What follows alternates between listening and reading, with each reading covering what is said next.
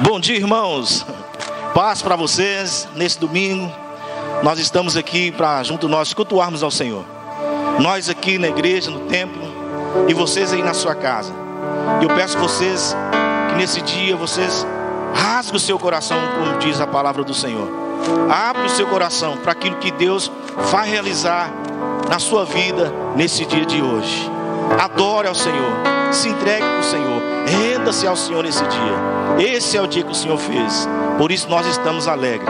A palavra do Senhor diz: dê graças ao Senhor, porque Ele é bom, porque a sua misericórdia dura para sempre. Adore ao Senhor Jesus nessa manhã com a gente. Adore a Ele na sua casa. Senhor, nós te bendizemos. Senhor, nós te adoramos. Senhor, nós rendemos a ti louvores. Senhor, nós rendemos a ti adoração. Senhor, não há outro digno de ser adorado. Não há outro digno de nós nos rendermos. E nós, nesse dia, nessa manhã de domingo, nós nos rendemos a ti. Nós rendemos a ti adoração. Nós rendemos a ti louvor, Senhor. Opera, Senhor, nesse dia. Opera nessa família que nessa manhã se reúne para poder, Deus, adorar junto conosco. Opera nessa vida, opera nesse casal, opera nessa família, opera nessa criança, opera nesses jovens, Senhor. Prepara o seu coração nesse dia de hoje para receber a tua palavra, a semente que será plantada, Senhor amado, nesse coração, nessa manhã. Em nome de Jesus, que essa semente que será lançada, plantada, ela possa produzir frutos, e frutos que vão glorificar o teu nome, Senhor. Nós oramos para que nós não sejamos simplesmente ouvintes da tua palavra, mas praticantes dela. Dai-nos, Senhor, essa sensibilidade de poder praticar a tua palavra dia após dia, viver a tua palavra dia após dia, Senhor. Dai-nos essa sensibilidade. Trabalha em nosso coração através da tua palavra ministrada, Senhor. Trabalha. Nós nos entregamos a ti mais uma vez, Senhor. Nós estamos aqui rendidos a ti, Senhor, em louvor e adoração, porque tu és o centro, Senhor. Tu és a nossa suficiência, como nós sempre estamos dizendo, Senhor. Nós precisamos do Senhor. Nós te adoramos, nós te louvamos, Senhor. Nós adoramos desde a eternidade. Tudo é sobre o Senhor, Jesus. E nós te rendemos, e nós adoramos. Aleluia. Jesus é o centro de tudo que há. Jesus é o centro de tudo. Adore ao Senhor aí na sua casa, querido. Renda a Ele louvor. O início e o fim, desde a eternidade, tudo é sobre Jesus. Jesus, nada mais importa, nada se compara a ti. Oh, aleluia, Jesus, tu és o centro, declare isso. Jesus, tu és o centro, e tudo aponta para ti.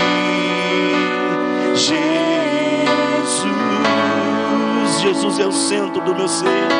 Jesus é o centro de todo o meu ser. Jesus é o centro de todo o meu ser. O início, meio e fim, que eu viva sempre para ti, Jesus. Jesus, nada mais importa, nada se compare a ti. Cante aí na sua casa, querido, diga isso, Jesus. Jesus, tu és o centro, e tudo aponta para ti. Jesus, que em meu coração, que em meu coração, Cristo seja o centro de todo o meu ser. Mostre quem tu és, que em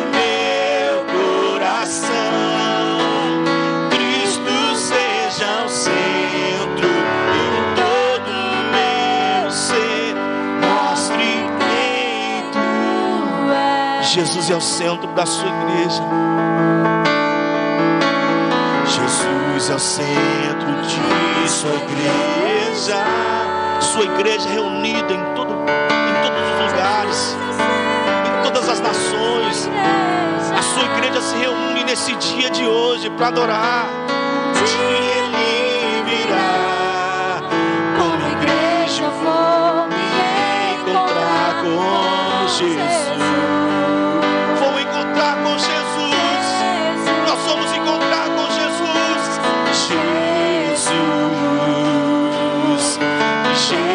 Vamos encontrar contigo, Senhor. Nós vamos reinar para sempre. E contigo não haverá dor, contigo não haverá tristeza, contigo não haverá doença, Senhor. Reinar contigo, Senhor amado, será, Senhor, eterna alegria, eterno gozo, Jesus. Nós vamos reinar para sempre contigo, sempre, Senhor. Nada mais importa, nada se compara a ti.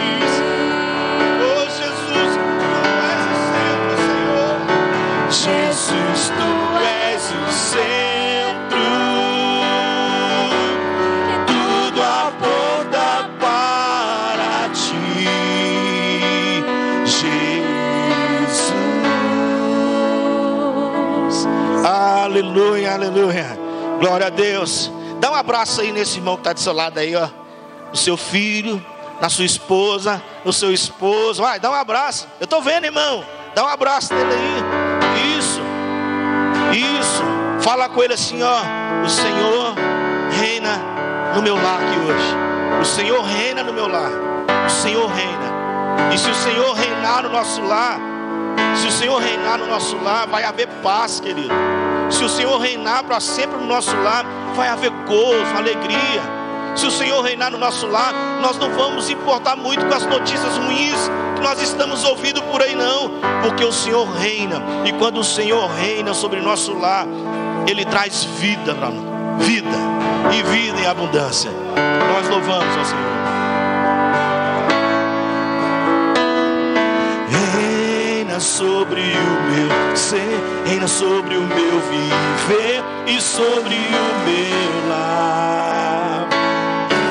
És o autor da criação, o motivo da canção que estou a cantar.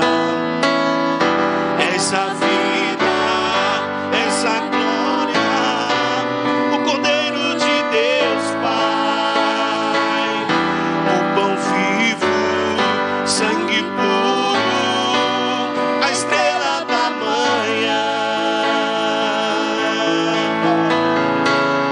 És digno de glória e de louvor, Cordeiro bendito do Senhor. És digno de glória e de louvor, Cordeiro bendito do Senhor. Você pode usar suas palmas aí na sua casa, querido. Chama os seus filhos, sua esposa, sua família e diga para o Senhor nessa manhã, para Ele reinar sobre o seu lar, reinar sobre a sua vida. Reina sobre o meu ser, reina sobre o meu viver e sobre o meu lar. És o autor da criação, o motivo da canção que estou a cantar. És a vida, és a glória, o Cordeiro de Deus Pai, o pão vivo, sangue puro, a estrela da manhã. Diga pra Ele: és digno de glória e de louvor, Cordeiro bendito do Senhor. És digno de glória e de louvor.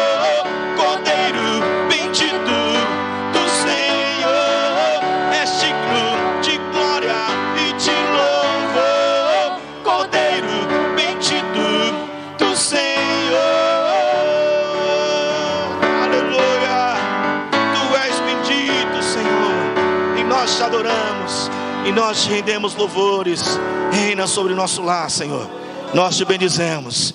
Continue falando conosco, Pai, nessa manhã, através da sua palavra que será ministrada. Fale conosco. Nos ajude, Senhor, a viver segundo a tua palavra. Nos ajude a obedecer fielmente a tua palavra, Senhor. Use, Senhor amado, nessa manhã, teu filho que vai falar da tua palavra. Direcione, Senhor. Que teu Espírito Santo conduza com graça, poder e glória, Senhor.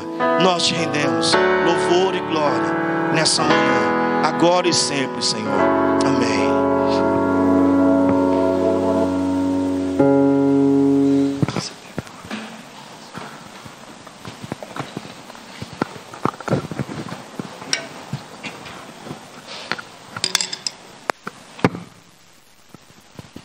Graça e paz, queridos. Que alegria, que bênção estarmos aqui. Que alegria chegar aí agora no seu lar, na sua sala ou quarto, junto com toda a sua família, estarmos adorando, cultuando, buscando o nosso Deus. Louvado seja o Senhor. Graças damos a Ele pela bondade dEle, de nos possibilitar adorá-lo, servi-lo, estar com Ele, também agora na palavra dEle. Quero agradecer os irmãos que estão aqui, neste culto de hoje, ministrando ao seu coração, aí na sua casa. Além dos irmãos que você já observou aqui na frente, nós temos aqui a Mariana, né? A irmã Mariana, o Igor, o Cláudio, e estamos muito felizes também com a presença, e agradecemos a presença dos irmãos e a participação dos irmãos nessa escola dominical, nesse dia maravilhoso do Senhor.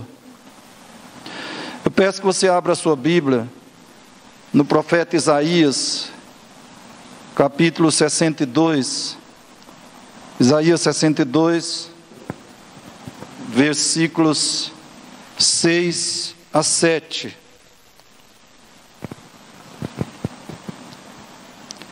Isaías 62, nós vamos ler os versos 6 e 7 da palavra do Senhor, desse texto sagrado.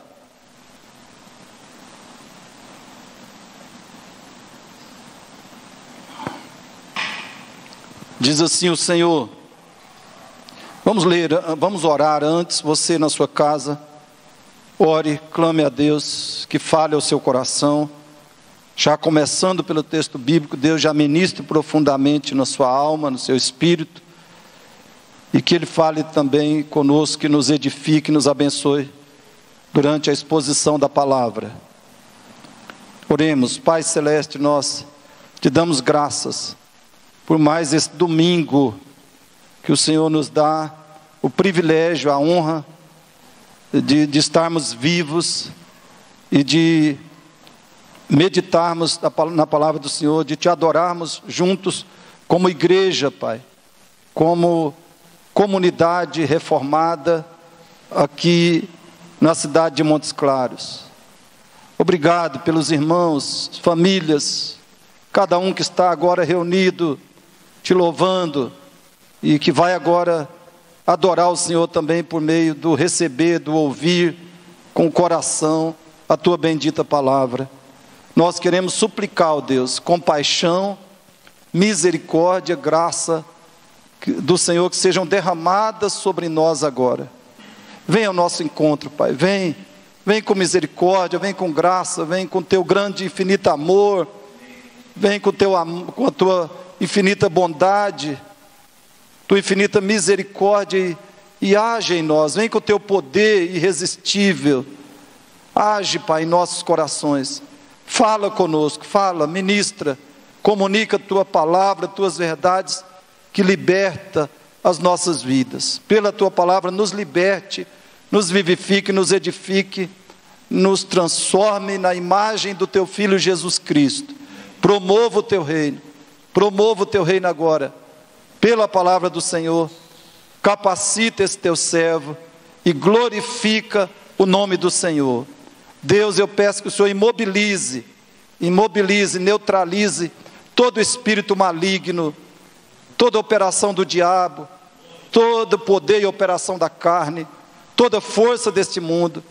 Que o Senhor imobilize, neutralize todo mal, toda oposição à palavra do Senhor, ao pregador, e neutralize e imobilize toda oposição no coração, na mente de cada pessoa que está aqui, que vai ouvir, que vai receber a Tua palavra nessa hora. E através, Senhor, dessa pregação, que o Senhor opere, Pai, que todo mal seja destruído, e o Teu nome glorificado, e o Teu reino concretizado, mais e mais em nossas vidas. Em nome de Jesus, Pai, que nós oramos confiando na Tua bendita e infinita graça. Amém, Senhor. Amém. Queridos, diz assim a palavra do Senhor, Isaías 62, 6 a 7. Sobre os teus muros, ó Jerusalém, os guardas, que todo dia e toda noite jamais se calarão. Vós, os que fareis lembrar do Senhor, não descanseis, nem deis a Ele descanso, até que estabeleça Jerusalém e a ponha por objeto de louvor na terra. Aleluia. Sobre os teus muros, ó Jerusalém, pus guardas. O verso 7 diz no início: nem deis a ele descanso, até que restabeleça Jerusalém e a ponha por objeto de louvor na terra. Querido, atente para essa pergunta, que é muito importante. Pelo que você ora? Pelo que você ora? Quais são os objetos da sua oração? Quando você vai orar, ou na sua oração diária, habitual, no seu relacionamento diário com Deus, por meio da oração, pelo que você ora? Mas eu quero perguntar mais, quero ir além. Pelo que você ora com prioridade? Pelo que você ora com prioridade, com anseio, com grande interesse? Pelo que você ora com aquele sentimento de urgência? Pelo que você ora desejando profundamente que Deus realize, que Deus faça, que aconteça? Qual é o objeto? Quais são os temas? Quais são os assuntos da sua oração? Você tem orado pela igreja? Você tem orado pela sua igreja local? Tem orado pela igreja de Cristo, o corpo de Cristo, em toda a terra? Você tem sido um intercessor constante, fervoroso, intenso, em favor da igreja? Queridos, é importante notarmos que no meio da famosa pandemia, a igreja foi considerada serviço não essencial. Isso me deixou um pouco constrangido. E os nossos governantes, veja bem, tudo foi considerado essencial, né? Muita coisa foi considerada essencial, mas a igreja ficou entre os serviços não essenciais. É interessante isso. Parece que a igreja deveria ser o serviço mais essencial para a nossa sociedade, para a humanidade, principalmente nesse momento, nessa conjuntura de aflição, de angústia, de temores, de ameaças. Parece que a igreja tinha que ser considerada por todos, o serviço mais essencial. Mas o que nós vemos? Os nossos governantes estaduais, municipais, parecem, eles decretaram o fechamento, o não funcionamento público das igrejas, e parece não ter a mínima preocupação em fazer a reabertura, em autorizar a reabertura da igreja. Mas nós devemos perguntar, quando foi na história da igreja que a igreja do Senhor Jesus Cristo foi considerada essencial por essa sociedade ímpia na qual nós vivemos? Quando foi na história que a igreja foi considerada esse serviço essencial? Quando foi que a igreja foi valorizada pelos governantes que não se importam com Deus? Eu tenho certeza, queridos, que por trás desse fechamento da igreja, não está somente uma preocupação com evitar a propagação do vírus, não está somente uma preocupação com evitar aglomerações, mas por trás desse fechamento da igreja está também uma forte noção de que a igreja é irrelevante, de que ela não faz falta nem diferença para esse mundo. Está a noção de que a igreja não é assim. A igreja é dispensável, totalmente dispensável. Agora eu quero que você preste atenção nisso. O tema de Isaías 62 é a glorificação da igreja, a glorificação da igreja de Cristo. E quem fala em Isaías 62 é o Senhor Jesus Cristo, por meio do profeta Isaías e por meio do Espírito Santo. Mas é Jesus Cristo que fala no texto de Isaías 62. E o tema dos 2 versículos que nós lemos é o método principal pelo qual Jesus glorifica ou vai glorificar a sua igreja. Então, qual é o tema de Isaías 62? A glorificação da igreja. Qual é o tema dos 2 versículos que nós lemos? O método principal pelo qual Jesus glorifica a sua igreja. E este método é a oração intercessória. A oração intercessória dos guardas, que ele menciona nesse texto. Ou seja, os agentes, os executores desse método maior, supremo, da edificação da igreja, os agentes são chamados aqui de guardas. Guardas. E isso pela seguinte razão histórica. Escute aí. Na cultura do Antigo Testamento, atalaias ou guardas, soldados, como soldados, né? Atalaias ou guardas eram posicionados em volta das cidades para dar proteção e advertir quando houvesse perigo. Na época, por exemplo, do profeta Isaías, não havia leis, não existiam leis que protegiam as pessoas, as famílias, as cidades. Não haviam códigos legais como os que nós temos hoje, que protegiam a propriedade, a vida, a liberdade, os bens das pessoas. Então, o que as cidades faziam? As cidades construíam, as pessoas que habitavam na mesma cidade, edificavam muros, construíam muros, para proteger a cidade de bandidos, de todo tipo de ladrão, e de exércitos inimigos, não é? De povos que vinham para invadir e para destruir e despojar a cidade.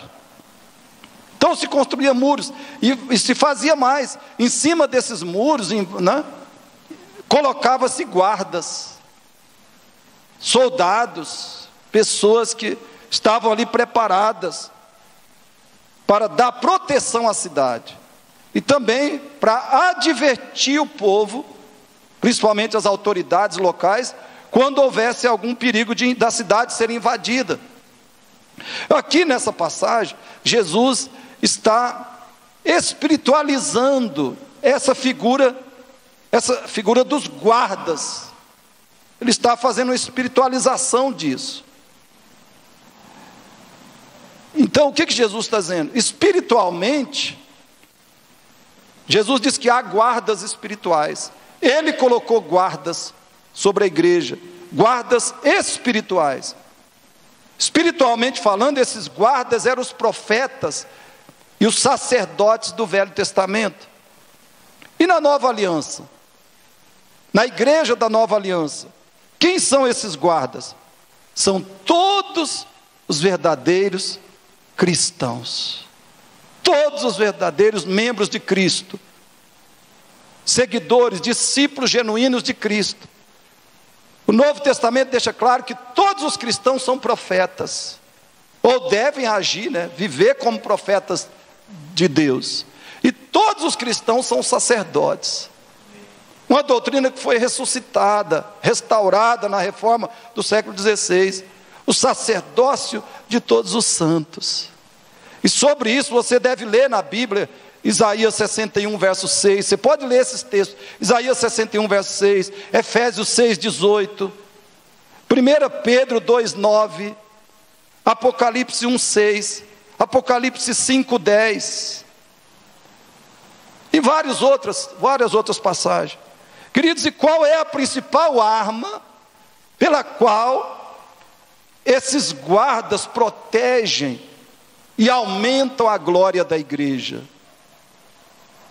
Qual é a principal arma pelos quais os guardas da igreja a protegem e aumentam a sua glória?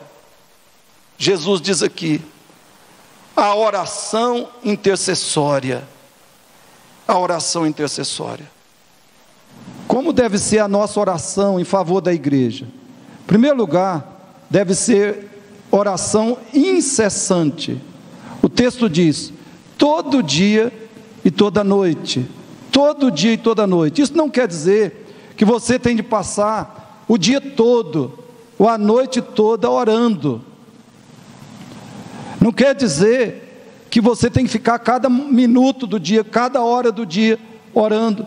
Não é isso que o texto, ou que Deus está exigindo de nós. Mas isso quer dizer que você tem de orar sem parar, sem desistir. A oração pela igreja não deve ser interrompida. A oração pela igreja não deve ser algo que você faz uma vez na semana, ou de vez em quando. Não, todo dia e toda noite. Quer dizer que nós devemos orar em favor da igreja todo dia, todo dia. E nós temos que orar sem jamais desistir da oração, sem interromper o nosso hábito. Nós temos que ter um hábito de orar pela igreja, temos que ter o costume de orar para a igreja. A oração pela igreja tem que estar na nossa agenda, e nós devemos contemplar esse tema da oração todos os dias. Cada dia devemos estar diante de Deus, apresentando a igreja e clamando a Deus em favor dela. Então, querido, eu pergunto, você tem orado de modo incessante? E a igreja tem sido um alvo central da sua oração incessante? Segundo lugar, devemos orar pela igreja de um modo eloquente. Diz o texto, jamais se calarão. A oração da igreja deve ser intensa, fervorosa, e nós devemos vocalizar a nossa oração. Jamais se calarão, ela deve ser, os guardiões intercessores não oram de modo indiferente, frio, desinteressado. Não, eles oram de modo fervoroso. Eles são, como diz Paulo, fervorosos de espírito, servindo o Senhor. Nós devemos ser fervorosos de espírito nas súplicas, nos clamores, em favor da igreja, a nossa igreja local, a igreja de Cristo no nosso país, a igreja do Senhor em cada nação, em cada continente, em cada cidade dessa terra. Então nós devemos apresentar diante de Deus toda a igreja, todo o corpo de Cristo em oração, intercessão. Os nossos corações devem estar cheios de ardor, de anseio, de aspiração pela glória da igreja, pela vitória da igreja, pelo crescimento da igreja. E assim nós devemos clamar a Deus em favor dela. Por isso, se você é um guardião intercessor, a sua oração nunca se cala, nunca silencia. E eu digo então, se você se calou na oração pelo corpo de Cristo, está na hora de retomar a sua missão. Está na hora de você retomar o seu serviço principal, o seu serviço fundamental a Deus nesse mundo, que é orar, e orar de modo especial pela igreja do Senhor Jesus Cristo. Terceiro lugar, a oração pela igreja deve ser cooperativa. Nós devemos orar com aquele senso de que estamos em parceria com Deus quando oramos, fazendo uma parceria com Ele em favor da construção, da edificação, da glorificação da igreja. A oração deve ser cooperativa. Olha o que Jesus diz: vós os que fareis lembrado o Senhor. Vós os que fareis lembrado o Senhor. Isso não quer dizer que Deus esquece.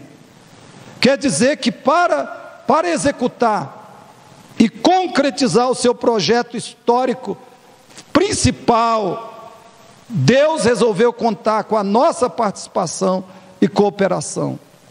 A igreja é o projeto histórico, a edificação da igreja é o projeto histórico principal, fundamental do coração, do propósito de Deus. E para executar e para concretizar esse projeto, Deus resolveu contar com a nossa participação e cooperação. Querido, a glória da igreja virá por meio de uma parceria poderosa entre Deus e os seus guardiões.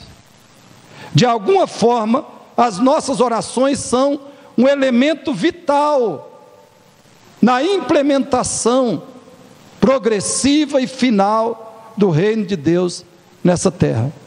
Deus quer usar a minha oração para acrescentar, fortalecer, guardar, avançar a sua igreja na terra. Deus quer usar a minha e a sua oração para glorificar a sua igreja, glorificar o seu povo. A nossa oração é ferramenta. A nossa oração é instrumento da operação de Deus na edificação da igreja. Escute bem, um dia a igreja será a única instituição que hoje existe, das que hoje existe. Um dia a igreja será a única instituição que saiu da história e entrou na eternidade gloriosa. Mas isso não sem o trabalho dos fiéis filhos de Deus na oração. Um dia a igreja será a única instituição humana transbordante da glória de Deus por toda a eternidade. Mas isso não sem que nós carreguemos a cruz da oração intercessória. Você está lembrando o Senhor? Você está lembrando o Senhor em favor da sua igreja?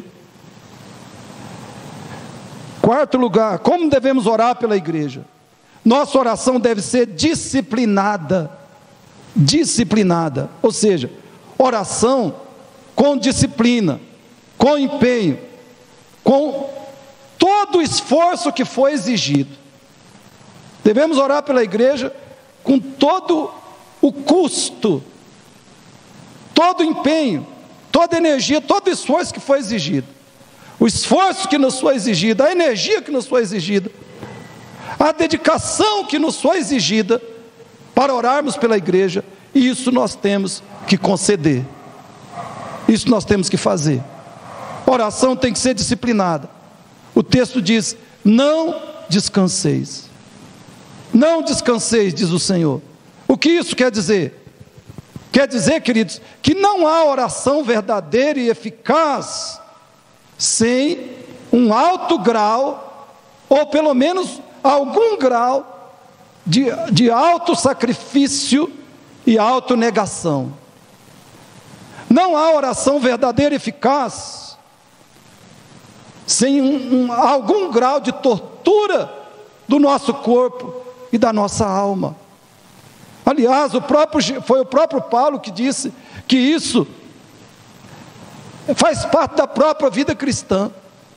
Paulo diz: eu esmurro o meu corpo e o reduzo à escravidão, para que, tendo pregado a outros, não venha eu mesmo a ser desqualificado. O que Paulo estava falando? De disciplina, de sacrifício pessoal, de esforço intenso, para que a vontade de Deus se realizasse na vida dele. Então eu espero que você lembre disso. Não há oração verdadeira e eficaz sem tortura do corpo e da alma daquele que ora. Não há oração verdadeira e eficaz sem que você diga não para o conforto, para a comodidade, para a diversão, para a carnalidade. Para que você ore verdadeiramente, para que você ore eficazmente, é preciso você dizer não. Não para o seu conforto, não para a sua comodidade, para a sua diversão, e principalmente não para a sua carne. Então, se você é mesmo um guardião intercessor, mesmo no seu dia de descanso, você não vai descansar o dia todo, você vai seguir o comando do Espírito: não descanseis. Ou seja, você vai clamar a Deus, especialmente em favor da igreja.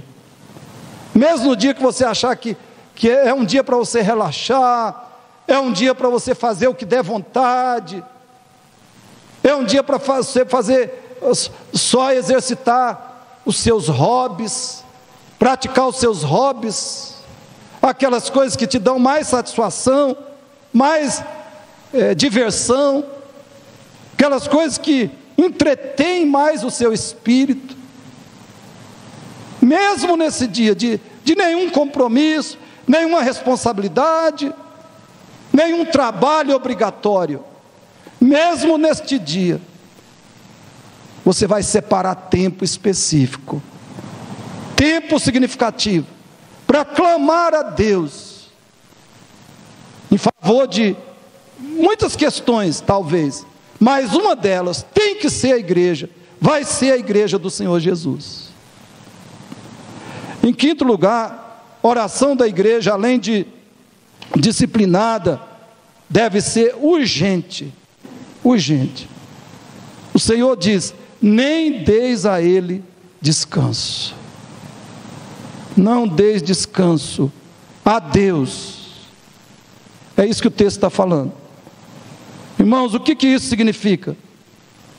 Principalmente em relação ao bem-estar da igreja, nós devemos orar como se Deus estivesse descansando, como se Deus estivesse despreocupado, como se Deus estivesse demorando, como se Deus estivesse dormindo. Escute isso novamente, principalmente em relação ao bem-estar, à edificação, ao avanço e à glorificação da igreja. Nós devemos ir a Deus, e nós devemos lutar com Deus, argumentar com Ele, como se Ele estivesse descansando, como se Ele estivesse despreocupado, demorando ou dormindo. Não deis a Ele descanso. Em relação ao projeto de Deus para a igreja, nós devemos clamar a Deus, clamar que Ele se apresse e que Ele finalize a sua obra imediatamente. É assim que nós devemos clamar pela igreja. Pelo menos 5 vezes o salmista diz o seguinte, pelo menos 5 vezes o salmista ora da seguinte forma: Senhor, apressa-te em me acudir. Senhor, apressa-te em me acudir. Talvez você já orou, várias vezes você já orou dessa forma, várias vezes talvez nós já oramos dessa forma. Deus, no meio das nossas aflições, angústias, diante das nossas grandes necessidades, nós já chegamos diante de Deus e dizemos: Deus, apressa-te, me socorre, rápido, não demore mais. E isso está certo, isso é justo, isso não é mal. Mas, queridos, muito mais nós devemos orar dessa forma, pelo progresso e a glória da verdadeira igreja. Muito mais devemos clamar a Deus: Senhor, apressa-te, apressa-te em fortalecer, em edificar, em acrescentar a tua igreja. Apressa-te em completar a tua igreja, Senhor. Apressa-te em aplicar a redenção de Cristo, em resgatar do império das trevas em toda a terra aqueles que o Senhor escolheu para serem o teu povo eterno, para viver contigo, adorar o Senhor por toda a eternidade. Devemos clamar a Deus: apressa-te, ó Deus, em completar o número dos eleitos que serão resgatados por Cristo, trazidos a Cristo, que serão convertidos e santificados em Cristo, de toda tribo, língua, povo e nação. Eu e você temos que clamar a Deus assim, irmãos. A Bíblia diz que na eternidade estará uma multidão inumerável de adoradores, de filhos de Deus, comprados pelo sangue de Cristo. Comprados de onde? De todas as tribos, línguas, povos e nações. E Apocalipse 7 diz que não vai faltar ninguém daqueles que Cristo comprou com seu sangue. Mas isso deve acontecer, sabe como? Por intermédio da minha e da sua oração.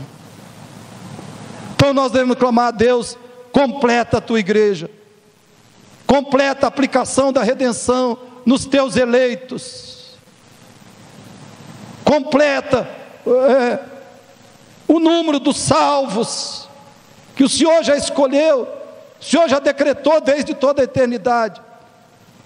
E assim, completa então, Senhor, consuma a glorificação da tua igreja, leva ela à glória, salva todos os eleitos e leva a tua igreja à glória.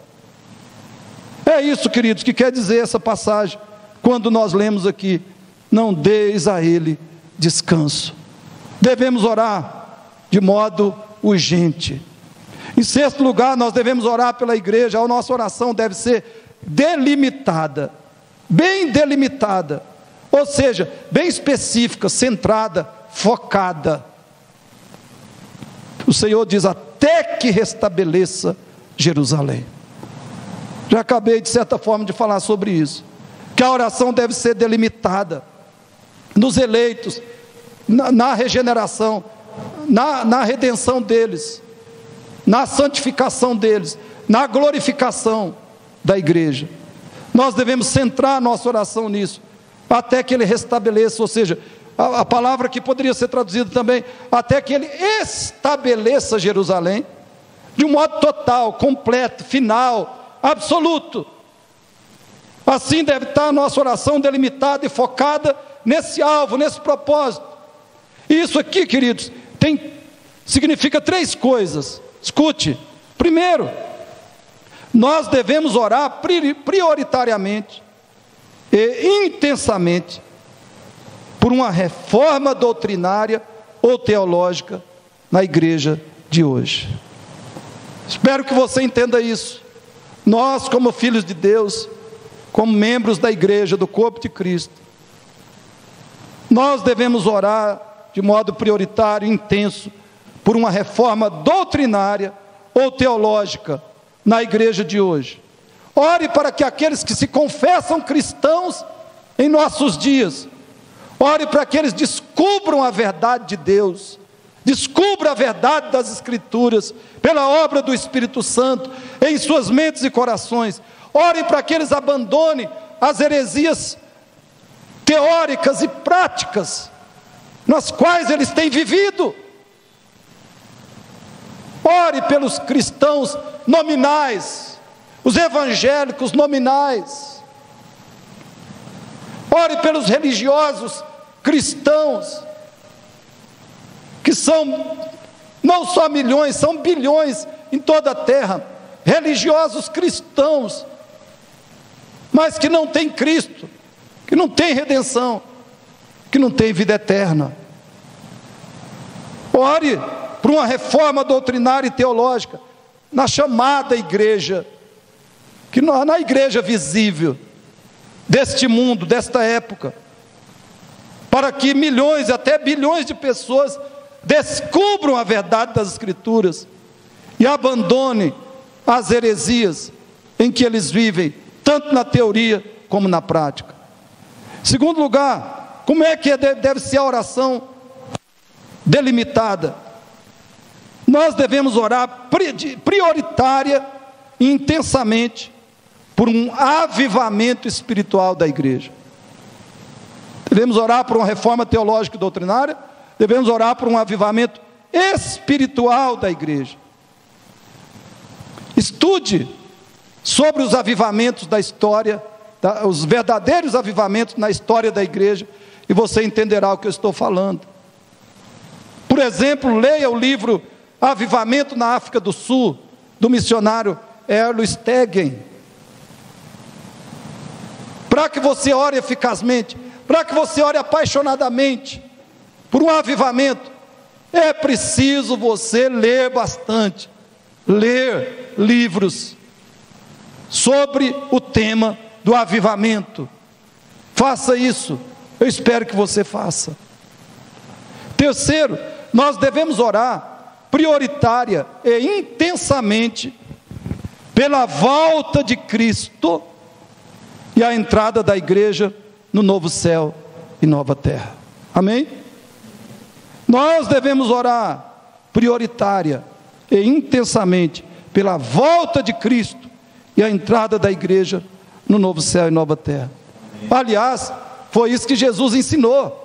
Não somente isso, mas também isso que ele ensinou quando ele disse que nós devemos orar: venha o teu reino, seja feita a tua vontade, assim na terra como no céu. Ou seja, que devemos clamar a Deus que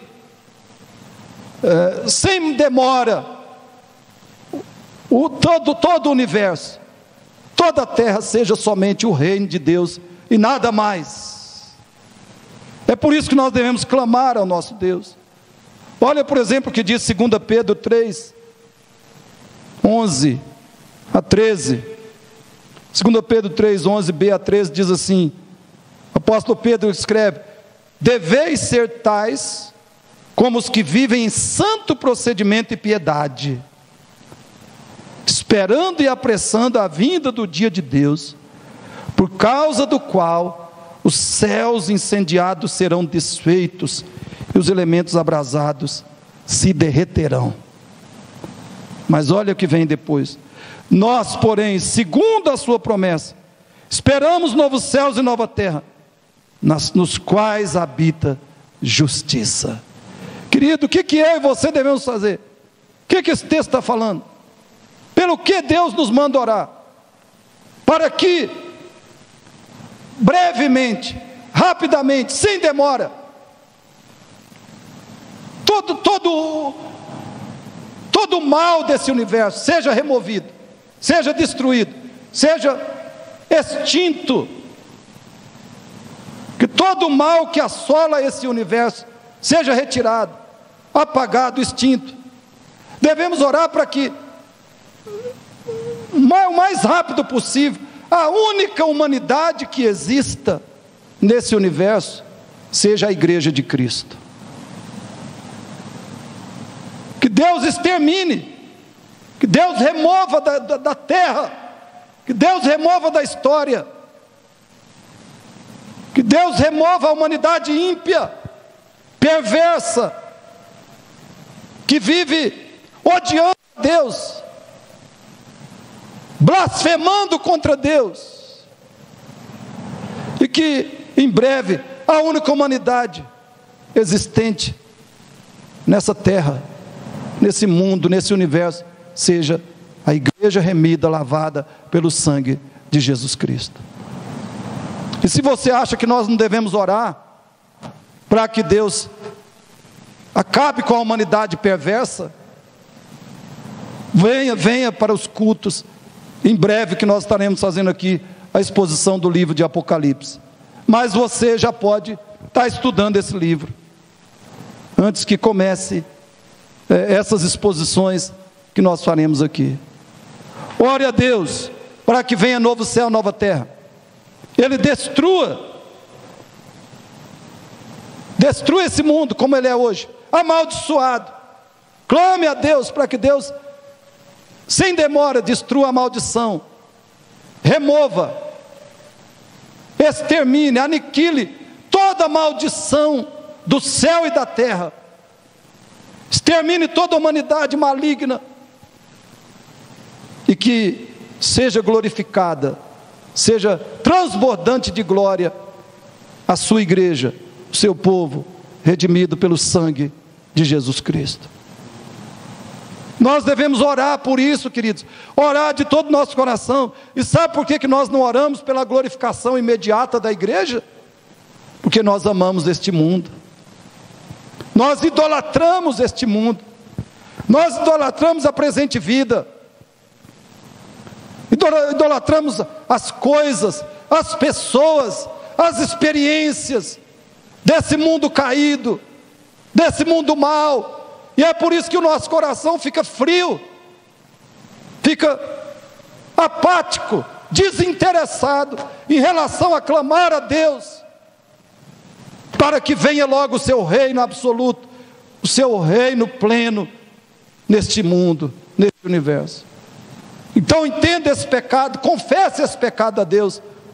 Fale: Deus, eu odeio, eu não amo, pelo menos eu não amo como deveria amar, eu não me interesso como devia interessar, eu não anseio como devia me interessar, pela vinda absoluta do teu reino, pela glorificação imediata da tua igreja.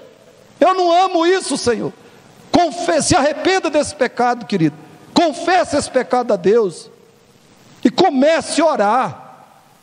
Mesmo que você não sinta muita vontade, mas ore pela fé. Ore pela fé para que venha logo o reino de Deus. Então é assim que deve ser a nossa oração, delimitada, específica.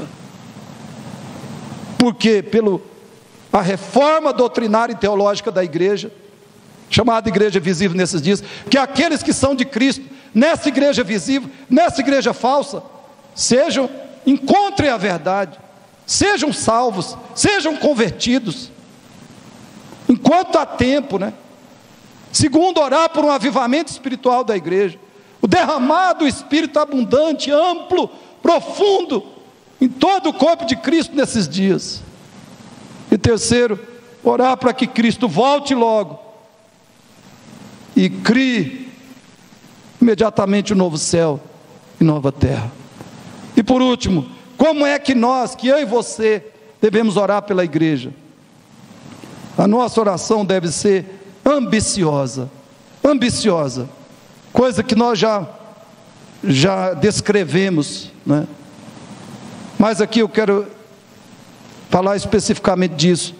Olha o que diz o final do nosso texto: e a ponha por objeto de louvor na terra.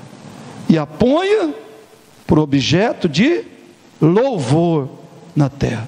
Cristo, queridos, essa sim é uma santa ambição, uma santa, gloriosa ambição. Essa ambição deve dominar, deve encharcar, deve transbordar no nosso coração. Que a igreja de Jesus se torne logo objeto de louvor em toda a terra, em todo o universo. Nossas orações devem almejar o maior sucesso que pode existir para o ser humano, para uma sociedade humana, que é a máxima glória do povo de Deus. Nosso coração deve estar cheio desse anseio, dessa ambição, do desejo extremo por esse que é o maior sucesso de todos, a máxima glória do povo de Deus. O que significa a palavra louvor? Essa palavra significa elogio, honra, homenagem, exaltação. Quando você homenageia alguém, né?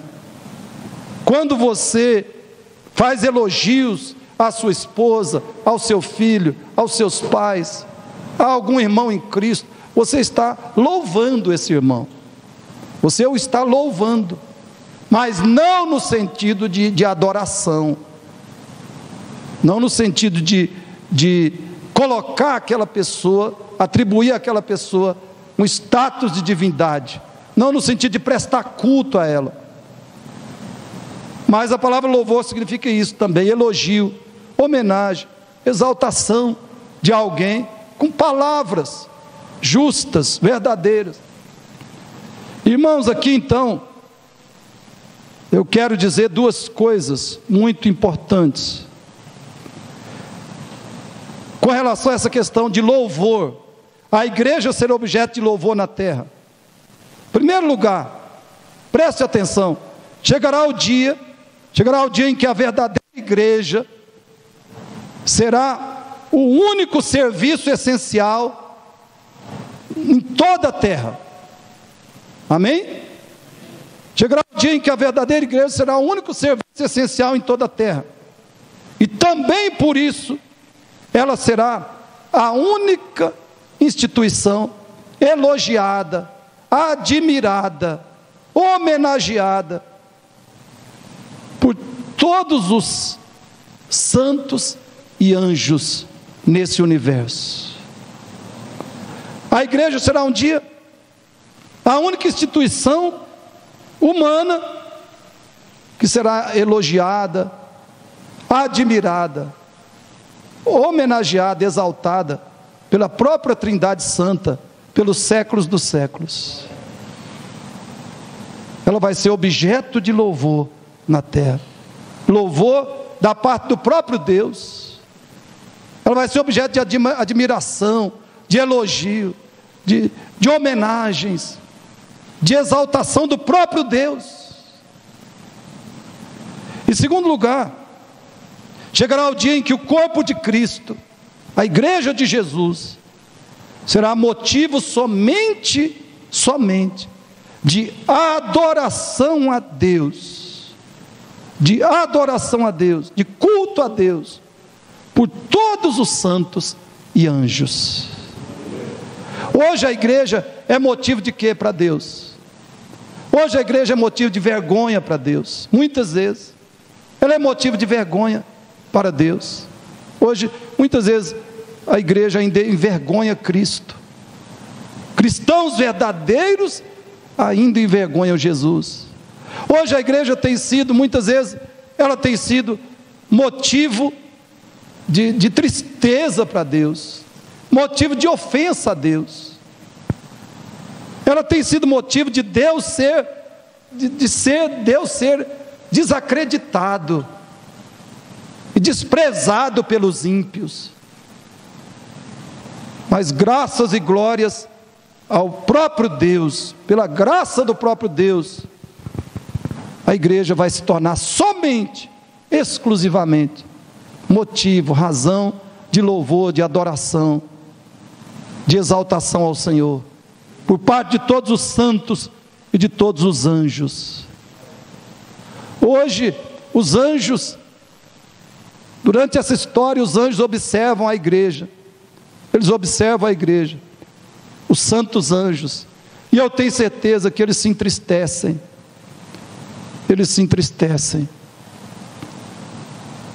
por causa da igreja. Talvez eles ficam até ofendidos, zangados, pelo que a igreja muitas vezes é, em relação a Deus.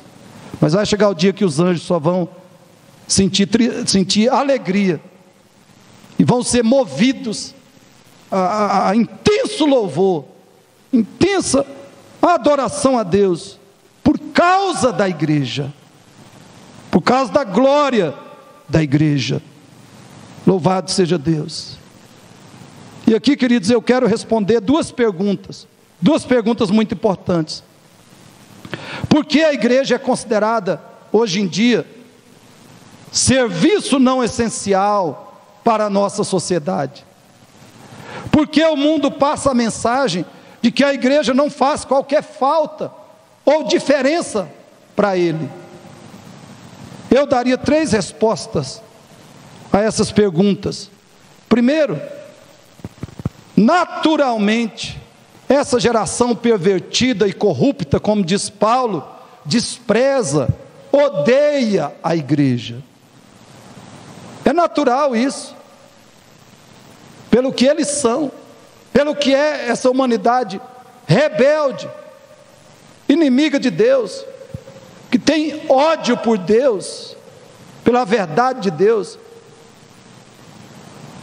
É natural que essa geração pervertida e corrupta despreze a igreja, odeie a igreja, e assim será até o dia que Jesus aparecer nas nuvens. Se você quiser entender melhor isso, estude o livro de Apocalipse, venha para as pregações que nós teremos em breve, a exposição do livro de Apocalipse. A igreja odeia, sempre vai odiar a igreja, o mundo, a humanidade sem Cristo, aqueles que habitam sobre a terra, os naturalistas, os materialistas, os humanistas, que Apocalipse se refere como os que habitam sobre a terra, eles sempre vão odiar a igreja, sempre vão ter profundo desprezo pela igreja de Cristo, eles sempre vão considerar a igreja algo dispensável, desnecessário, inútil nesse mundo e nessa terra. Jesus, por exemplo, disse isso. Depois você pode verificar o texto, João capítulo 15, 18 a 25. Depois verifique onde Jesus afirmou isso que eu estou falando. João 15, 18 a 25. Segundo lugar, por que a igreja é serviço não essencial para esse mundo? Por que a igreja, o mundo passa a mensagem de que a igreja é irrelevante, que ela não faz sentido, que ela não faz falta e diferença na terra? Porque a igreja falsa causa escândalos que torna toda a igreja, também a verdadeira, objeto de repulsa da parte dos homens, da parte da nossa sociedade. A igreja falsa provoca, promove, pratica escândalos que faz tanto que ela, como todo o restante da igreja, também a verdadeira, seja objeto de repulsa da parte dos homens ímpios, dos homens sem Deus e sem Cristo. E é por isso, por causa dessa repulsa, que essa sociedade ímpia quer ver a igreja fechada mesmo, como está agora. E terceiro, a igreja é considerada serviço não essencial, e que não faz diferença nesse mundo, não faz falta, porque a igreja verdadeira, mas sem avivamento, ou sem santidade e poder do Espírito, não tem como fazer diferença nesse mundo. Jesus disse que a igreja tem que ser sal e luz. A igreja é sal e luz do mundo e da terra.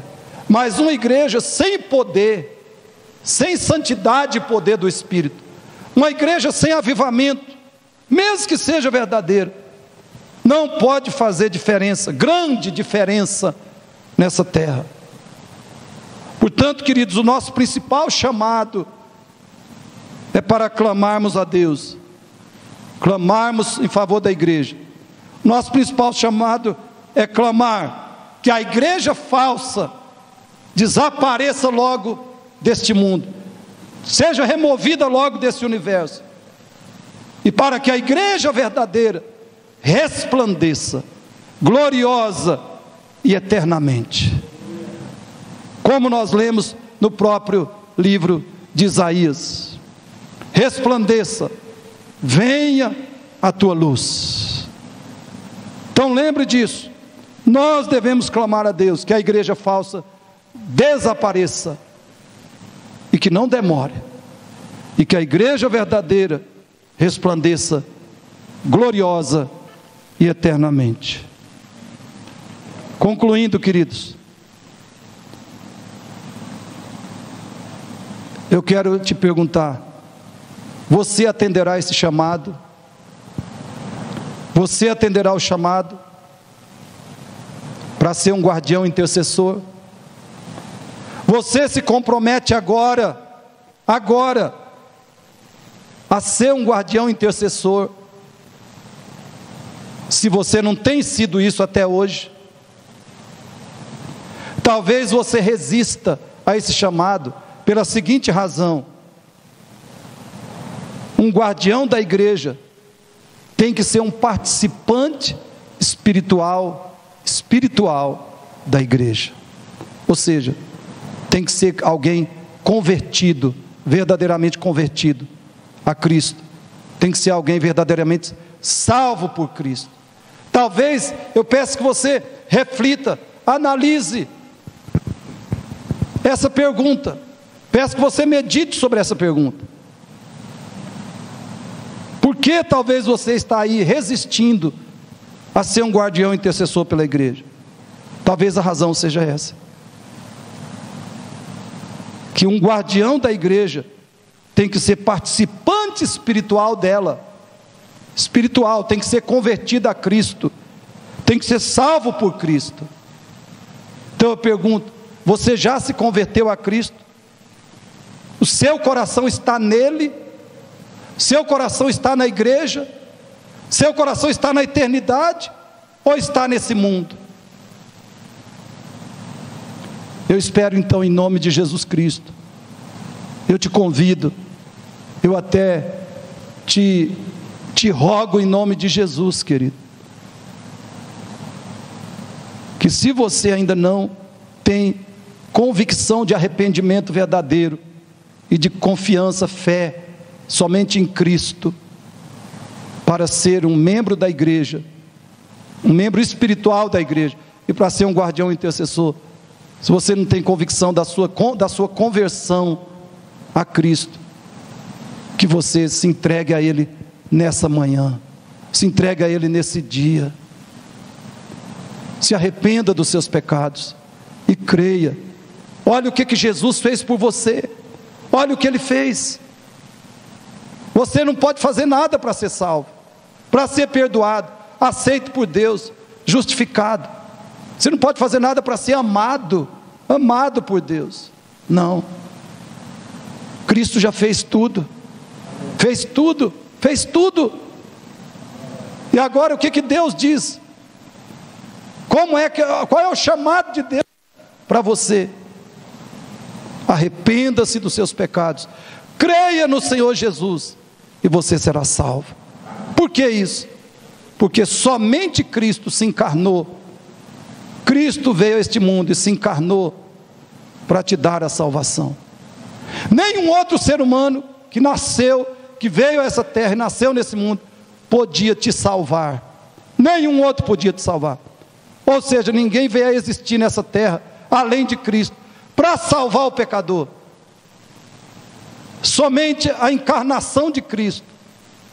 É aí que começa a sua esperança. É aí que começa a sua reconciliação com Deus. É aí que começa o perdão dos seus pecados. É aí que começa a habitação do Espírito Santo na sua vida.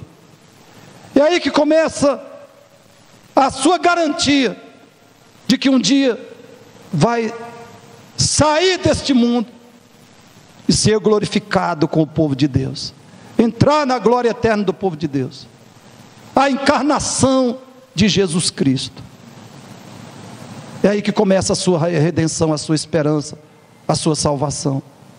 Depois da encarnação, o que Cristo fez? Ele viveu sem pecados. Ele viveu a vida perfeita em lugar do pecador.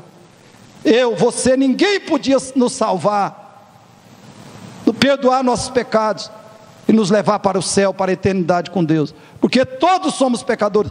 Cristo não pecou.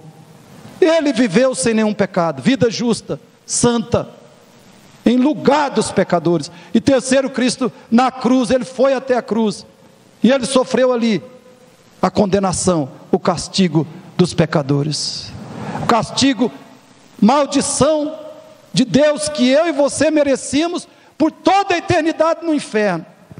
Cristo suportou tudo na cruz. A ira de Deus, que era para mim e para você eternamente no inferno, Cristo suportou na cruz do Calvário, para que nós não soframos essa ira. E ao terceiro dia ele ressuscitou. Ele ressuscitou. Ele venceu a morte, que é o salário, que é a consequência do pecado. E depois de 40 dias de ressuscitado, de aparecer aos seus discípulos, dando provas incontestáveis da sua ressurreição, da sua vitória sobre o pecado, sobre o diabo e sobre a morte.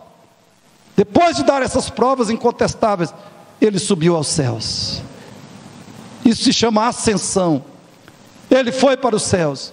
Isso se chama entronização. Isso se chama também coroação. Cristo foi para o céu, se assentou à direita de Deus, e ele se tornou Rei dos reis e Senhor dos senhores. E agora ele está reinando sobre o céu, sobre a terra, sobre o inferno. Ele é o Senhor, ele é o Rei. Ele tem todo o controle, todo o domínio sobre a sua vida, querido, sobre a sua vida. Se Jesus ordenar agora, se ele ordenar agora, você cai duro, cai morto, se ele ordenar agora, porque é ele que sustenta a sua respiração, ele que sustenta a sua vida, ele que te dá toda a alegria, todo o benefício que você tem desfrutado até hoje na sua vida. Ele é o Rei, ele é o Senhor. Você não quer se prostrar diante dele? Voluntariamente? Alegremente? Você não quer se render a Cristo como seu único Rei, Senhor e Salvador? Saiba que isso é loucura. Não fazer isso é loucura. Sabe por quê também? Porque além dele ser o Rei, e porque ele é o Rei e o Senhor, um dia ele vai deixar o seu trono na glória, e vai vir a este mundo. Ele voltará aqui, e a Bíblia diz para julgar os vivos e os mortos. Você vai ser julgado por ele. E aí você será ressuscitado, se já tiver morrido quando ele voltar. Você será ressuscitado e depois arrebatado ao encontro dele nos ares, para estar para sempre com o Senhor.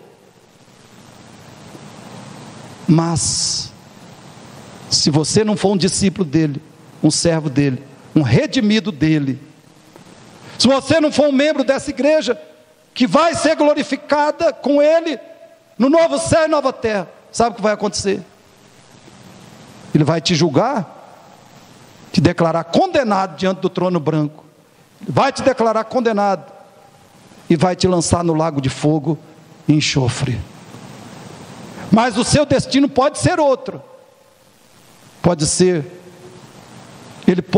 você poderá ouvir dele: vinde bendito de meu Pai, tomai posse do reino que vos está preparado desde a fundação do mundo. Louvado seja Deus. Qual convite você quer ouvir quando você estiver diante do juiz? Porque quando Jesus voltar, ele não será mais o rei, o cordeiro de misericórdia, de graça, de perdão, o cordeiro que oferece salvação para mim e para você. Ele estará sentado no seu trono sobre essa terra como juiz. E a uns ele vai dizer: vinde benditos de meu Pai, tomai posse do reino que vos está preparado desde antes da fundação do mundo. E a outros ele dirá: apartai-vos de mim, malditos, para o fogo eterno preparado para o diabo e para os seus anjos. Que convite você quer ouvir? Que palavra você quer ouvir no dia que você for julgado pelo Rei dos Reis, Senhor dos Senhores? Eu espero que nessa ocasião, agora, hoje, você se arrependa dos seus pecados e creia em Jesus e o siga como seu único Senhor e Salvador. E fique se preparando e aguardando com alegria, com expectativa, com segurança total, o dia da glória eterna, infinita da igreja. Ele virá glorificar a sua igreja. Você estará entre os glorificados? Você estará entre os glorificados? Feche os seus olhos. Pai Celeste, eu agradeço a palavra que foi ministrada pela Tua graça e misericórdia aos nossos corações nesta noite.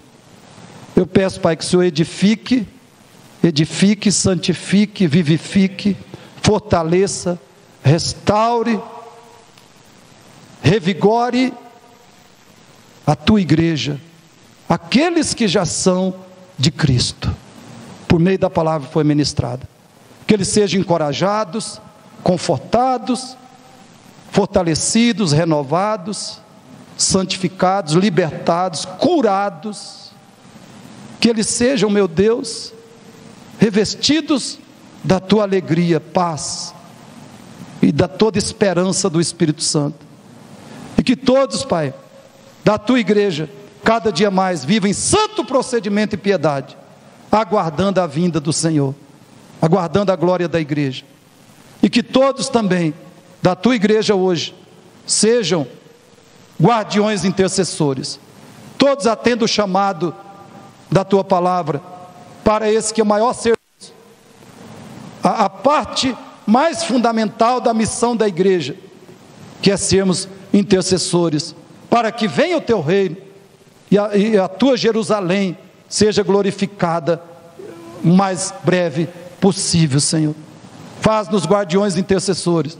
Clama, pessoas que oram com todo o coração, fé, esperança, que oram com perseverança e fervor pela Tua igreja, pelo corpo de Cristo, pelo crescimento dela, o avanço dela, o fortalecimento dela, pela vitória da Tua igreja e a glorificação dela finalmente.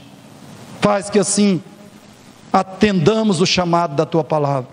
E Deus, aplica Tua palavra naquele que ouviu a mensagem e que ainda não tem Cristo como Senhor e Salvador. Deus, abre o coração dessa pessoa, abra o coração pelo Teu bendito Espírito.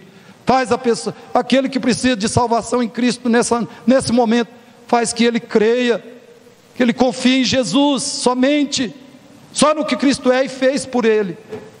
E que essa pessoa se arrependa dos seus pecados, Pai, e comece a seguir Jesus, sendo contada no número dos que herdarão a Tua glória eterna, o Teu reino infinitamente glorioso.